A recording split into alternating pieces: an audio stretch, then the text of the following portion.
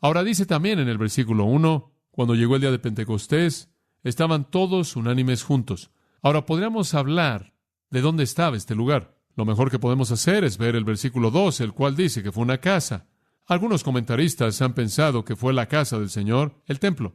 Yo no creo que eso es correcto porque Lucas, cuando él quiere hablar acerca del templo, usa la palabra templo en el 2:46. Él dice que estaban unánimes en el templo. Si él dijo unánimes en el templo ahí, él pudo fácilmente haber dicho unánimes en el templo aquí. Pero él dice casa. Yo creo que probablemente en esta casa, quizás esta misma en donde tuvieron la Pascua la noche antes de que Jesús muriera, quizás en la misma en donde él apareció en su resurrección, la misma a la que fueron cuando regresaron de la ascensión, pero estaban en la casa, creo yo.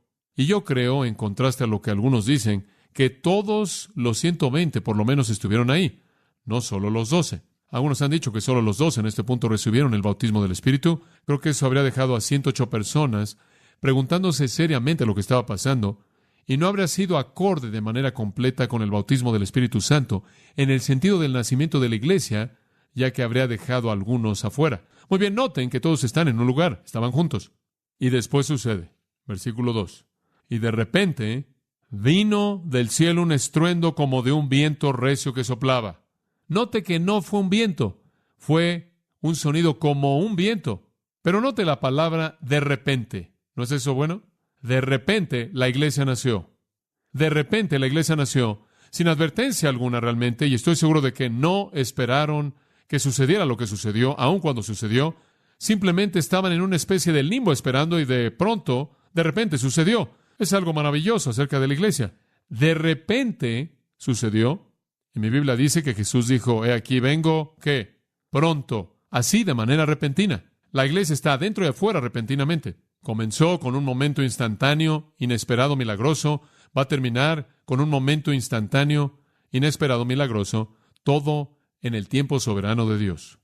Y Dios tiene tanto derecho de determinar el comienzo de la iglesia como lo tiene para determinar el fin de ella. Y decir que cualquiera de los dos viene en respuesta a las oraciones de alguien, realmente no es entender la soberanía de Dios. Ahora notará que todo esto sucede de una manera fantástica, pero hay una nota muy interesante. Dice, y de repente vino del cielo un estruendo. Si algo es fantástico, sobrenatural, queremos conocer la fuente, ¿no es cierto? Esto es del cielo. Eso lo saca de las manos del hombre o Satanás. Esto es Dios actuando. Ahora observen que vino del cielo un estruendo como de un viento recio que soplaba. Ahora, el viento en las Escrituras con frecuencia es un emblema del Espíritu Santo, ¿no es cierto? Juan 3:8, el viento sopla de donde quiere y oye su sonido, mas ni sabes de dónde viene ni a dónde va. Así es todo aquel que es nacido del Espíritu. El Espíritu de Dios se mueve como un viento en las Escrituras. Y es la misma palabra. Espíritu es neuma, y esa es la misma palabra para aliento o viento. Pero aquí hay una palabra diferente. Vino del cielo un estruendo como de un viento recio.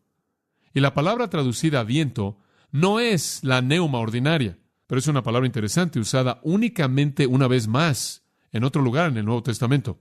Creo que es Hechos 17:25. Y es la palabra pnoes, P-N-O-E-S, si usted la está escribiendo. Y significa un golpe de aliento. No es nada más una respiración gentil. Es un soplar, así como si alguien estuviera con un aliento fuerte que sopla. Ahora recuerde que este no es un viento real. No hay más viento físico de lo que hay fuego físico, como lo veremos en el versículo 3. Pero es simplemente el sonido del viento. Esto debe haber sido un fenómeno fantástico. ¿Puede imaginarse? No hubo movimiento en el aire, sin embargo el sonido es como si un huracán estuviera saliendo del cielo, sin movimiento en absoluto. Simplemente el sonido de un huracán sin el viento. Sucede de repente, un gran sonido del cielo, como si el golpe mismo del aliento de Dios ha alcanzado la tierra. Y amigos míos, eso es exactamente lo que sucedió. ¿Quién es el aliento de Dios? El Espíritu Santo. Y Dios simplemente exhaló su aliento en la tierra. El golpe de aliento vino de Dios y en este punto el Espíritu de Dios vino a la tierra. Observe el versículo 2, el cual llenó, ¿qué? Toda la casa donde estaban sentados. Yo creo que todo mundo lo oyó. Yo creo que eso es lo que reunió a la multitud. Vamos a llegar a eso la semana próxima en el versículo 6. Pero yo creo que únicamente llenó la casa en donde estaban sentados. Esto, amados, escuchen, fue el bautismo del Espíritu Santo. ¿Escuchó eso? Es muy importante. Este es el bautismo del Espíritu Santo. El sonido fue oído por todos lados y comenzó a reunir a la multitud, pero la presencia del aliento de Dios llenó únicamente la casa en donde estaban sentados. Estaban totalmente inmersos, involucrados y bautizados por el aliento de Dios, que no es ningún otro que el Espíritu Santo. Debido a que esa fue la venida del Espíritu Santo, el aliento de Dios, entonces verdaderamente en ese momento fueron bautizados por el Espíritu Santo. Y yo creo que ahí en el versículo 2 usted tiene el cumplimiento del capítulo 1, versículo 5. El bautismo del Espíritu se lleva a cabo en el versículo 2. Lo que usted tiene en el versículo 4 es subsecuente y es diferente. Es llamado la llenura del Espíritu. Ahora permítame añadir algo, y quiero hablar de esto por un momento porque es importante. Este bautismo que ocurre en el versículo 2 no es experimental. El bautismo del Espíritu Santo con frecuencia es definido en la actualidad como una experiencia. Usted es bautizado y después ciertas cosas suceden. En la Biblia, el bautismo del Espíritu Santo no es experimental. Esto es, ocurre a un nivel divino sin ninguna reacción. Es un acto soberano. Por ejemplo, usted fue justificado cuando usted recibió a Cristo. ¿Acaso usted de pronto sintió algo y dijo, oh, ahí está la justificación? No, eso no es experimental. Usted fue adoptado en la familia de Dios como un hijo.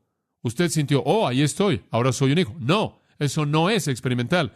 Usted también fue bautizado en el cuerpo de Cristo, lo cual usted no experimentó tampoco. Sucedió en un sentido no experimental. Ahora, lo que es experimental viene en la llenura del Espíritu, lo cual veremos más adelante. Pero esto es algo no experimental. Vino del cielo, simplemente estaban sentados ahí, y sucedió, y hasta aquí no hay respuesta. El Espíritu de Dios se movió entre ellos, ¿y qué es lo que Él dijo? ¿Qué es el bautismo del Espíritu? Y ahora debemos pasar al apóstol Pablo, quien fue el hombre de Dios para definir este término. Jesús dijo que sucedería en Pentecostés, y sucedió. Dice usted, bueno, pensé que fue lo mismo que llenura. No puede ser. Jesús sabe lo que está diciendo. Jesús en Hechos 1:5 dijo, seréis bautizados con el Espíritu, y eso debe venir primero. Pablo define el bautismo como una cosa y la llenura es algo más. Entonces debemos distinguir entre ambas.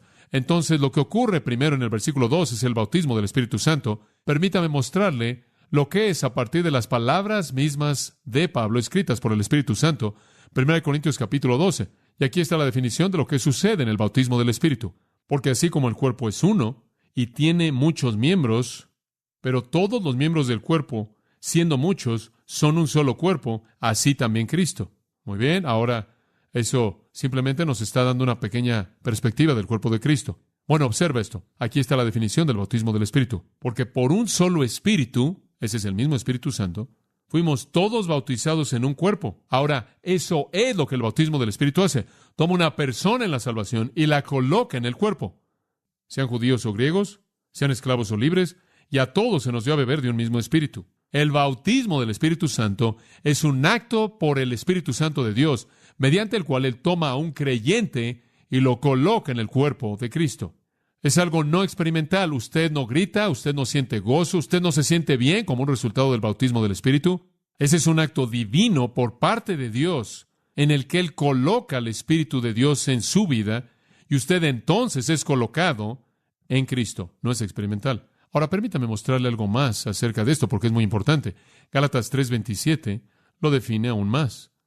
Si no nos queda claro, podemos ir a este versículo y leemos esto. Porque así como muchos de vosotros han sido bautizados en Cristo, ¿qué? ¿Han gritado, han tenido gozo, han corrido por todos lados, han hablado en otros idiomas, han predicado la palabra con denuedo, han hecho milagros y maravillas? No. Porque así como muchos de vosotros han sido bautizados en Cristo, se han vestido de Cristo. El bautismo del Espíritu entonces lo coloca usted en unión con Cristo en su cuerpo. Ahora este es un misterio. El cuerpo de Cristo es la unidad colectiva de todos los santos, de la cual Cristo es la cabeza. Cuando usted creyó en Jesucristo, usted fue colocado en esa unidad, en ese cuerpo. Usted se volvió uno con Cristo y uno con el resto de los creyentes, ¿verdad? Si usted está en el cuerpo de Cristo, usted es uno con Él. 1 Corintios 6:17, el que se une al Señor, un espíritu es con Él. Cuando usted fue salvo, Pablo dice, mas ya no vivo yo, sino Cristo vive en mí. Mi vida ya no es mía, es de Cristo, estoy en Él, soy uno con Él, estoy unido a Él. Entonces, cuando usted creyó en Jesucristo, en el momento mismo de su salvación, Él lo colocó a usted en el cuerpo, en unión con Cristo y con el resto de los creyentes.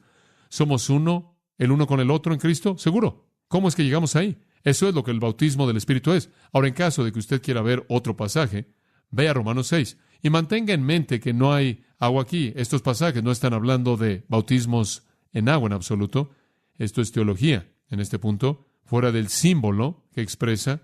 el cual está en el bautismo en agua. Romanos 6. ¿Qué pues diremos? ¿Perseveraremos en el pecado para que la gracia abunde? El argumento aquí es si la gracia fue activada cuando pecamos, entonces pequemos mucho para que la gracia realmente abunde. En ninguna manera, pues los que hemos muerto al pecado, ¿cómo viviremos aún en él? Ahora observe esto. ¿O no sabéis que todos los que hemos sido bautizados en Cristo Jesús hemos sido bautizados en su muerte? Y después el versículo 4 implica en su resurrección también. ¿Cuál es el bautismo aquí? No es bautizado en agua, es bautizado en Cristo. Bautizado simplemente significa sumergirlo, meterlo en algo, colocarlo en el interior del cuerpo de Cristo en unión con Él y con el resto de los creyentes. Eso es todo lo que significa. No haga algo del término que no está ahí. Gálatas 3:27. Si habéis sido bautizados en Cristo, os habéis puesto a Cristo. Usted ha sido vestido con Cristo. Usted se ha vuelto uno con Cristo. Entonces el bautismo del Espíritu, amigos, manténgalo claro, es colocar a un creyente en el cuerpo de Cristo en la salvación. Ahora, Colosenses 2:9, y voy a llevarlo un paso más hacia adelante, porque en Él habita corporalmente toda la plenitud de la deidad, y vosotros estáis completos en Él, que es la cabeza de todo principado y potestad. Nunca piense que a usted le falta algo, no le falta nada. En quien también sois circuncidados con la circuncisión hecha sin manos. En otras palabras, los judíos siempre estaban diciendo que eran circuncidados y eso los metía, pero la de ellos era únicamente física, la nuestra es espiritual. Al desechar el cuerpo de pecados de la carne mediante la circuncisión de Cristo, por la circuncisión de Cristo, versículo 12, aquí está, sepultados con Él en el bautismo, en el cual vosotros también habéis resucitados con Él. El Espíritu toma un creyente, lo bautiza en el cuerpo, lo cual es colocarlo en unión con Cristo. Cuando usted es salvo, usted es unido con Cristo, usted es sepultado con Él en su muerte, usted resucita con Él en su resurrección mediante un milagro divino, usted es unido con Jesucristo. Otro que es muy estratégico, 1 de Pedro 3:21, después voy a resumir. El bautismo que corresponde a esto ahora nos salva. Oh, no. El bautismo nos salva, eso es lo que dice. Dice usted, ¿lo cree? Yo lo creo. Después dice esto, no quitando las inmundicias de la carne.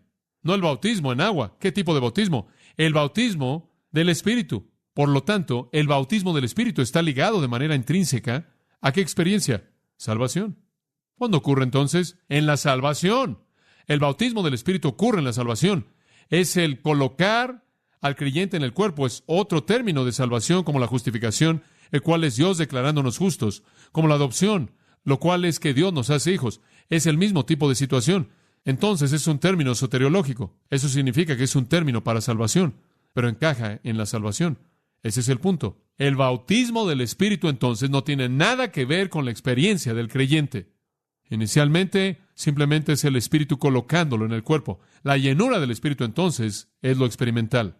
Y eso es lo que resultó en todo el hablar y los idiomas y todas las cosas maravillosas que sucedieron a lo largo del libro de los Hechos.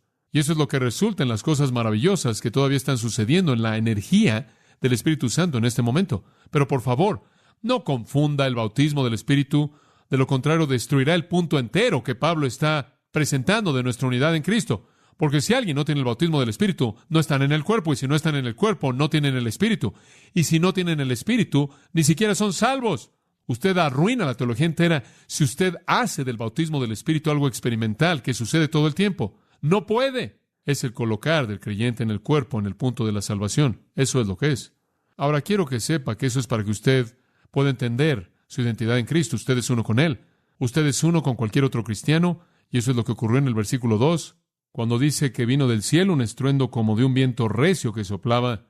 Sabemos que ese es el aliento de Dios, el Espíritu Santo, el cual llenó toda la casa donde estaban sentados. Y si Él llenó esa casa, Él llenó a los que estaban en ella. Y yo creo que en ese punto el bautismo del Espíritu se llevó a cabo. Es una especie de juego de palabras interesante.